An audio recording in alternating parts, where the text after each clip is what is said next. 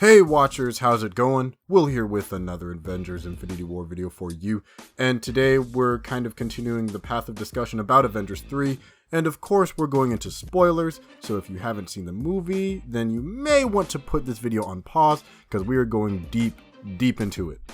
So, if you have seen the movie, or frankly don't care for spoilers, you know that yes, Thanos succeeded in his plans of galactic-wide genocide and managed to wipe out half the populations of all living beings.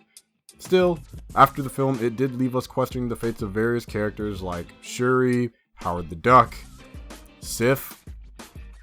Well, thanks to an interview from Huffington Post with the directors Joe and Anthony Russo, we now have a confirmed list of who lived, who died, and who is secretly in a spoiler territory, aka an undetermined fate of those that are off-screen. So, let's start with who survived off-screen. We have Howard the Duck, Aunt May, and Nakia from Black Panther, who was stated to specifically be deep undercover. Now, on to those not so lucky to survive and would have actually turned out to have died off-screen. We have the actor version of Loki from Ragnarok, who was played by Matt Damon. The former Hulk girlfriend and daughter of Thunderbolt Ross, Betty Ross, was unfortunately also a victim. And this may be some sad news to a lot of you, but Lady Sif, whose fate we still don't know between Ragnarok and Infinity War, but I guess it doesn't matter now because she's dust. And, well, speaking of dust and unknown fates, on to the spoilery ones who were not revealed by the Russos, or as I like to call them, Schrodinger's characters, because we don't know whether or not they're truly alive or dead. These consist of Jane Foster, the ex-girlfriend of Thor, Korg and Meek, former warriors of Sakaar, Ned Leeds, Peter Parker's best friend and the man in the chair, and Shuri, the princess of Wakanda.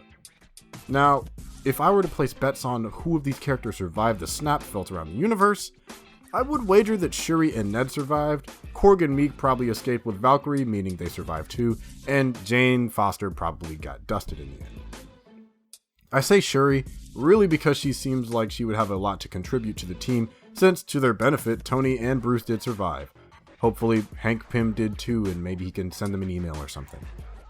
I think Tony not only having to find his way back to Earth, but also dealing with the fallout of Peter and essentially everybody else's death, may have to allow him to give Ned and Aunt May both time to grieve should they survive. I think it's going to be a difficult time, and the two of them are really going to need each other as the writers continue to pour more salt into that open wound.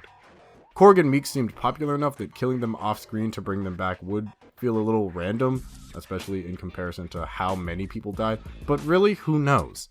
They seem like the types that would help Valkyrie lead some remaining Asgardians to safety, that's why I assumed that they may have escaped, and may have somehow escaped the randomization of the snap. And Jane Foster, well, I think her character is done in the franchise, so if they killed her off, it sucks for fans of that character, and it does kind of seem to close that door to Jane Thor down the road that some fans may want, but on the bright side, we get more regular Thor Odinson, so win some, lose some. Anyways, let me know your thoughts on the Russo brothers' decisions down in the comments below.